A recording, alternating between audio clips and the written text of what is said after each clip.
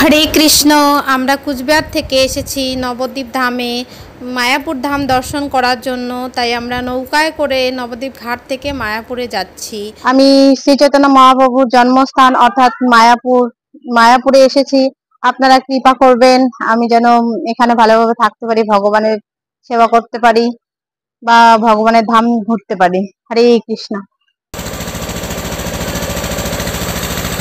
কৃষ্ণ, দেখুন আপনারা, এটা আগের পুরনো ঘাট, এখন নতুন ঘাট ওই দিকে করেছে, দেখতেই পাচ্ছেন আপনারা।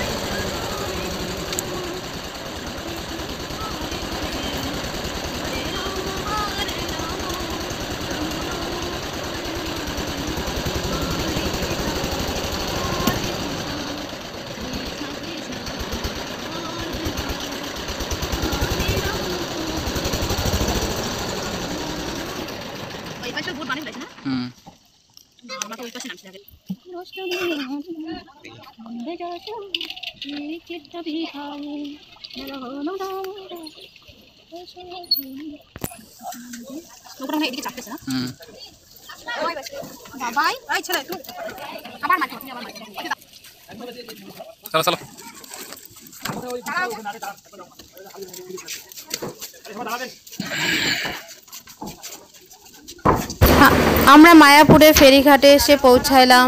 হরে কৃষ্ণ।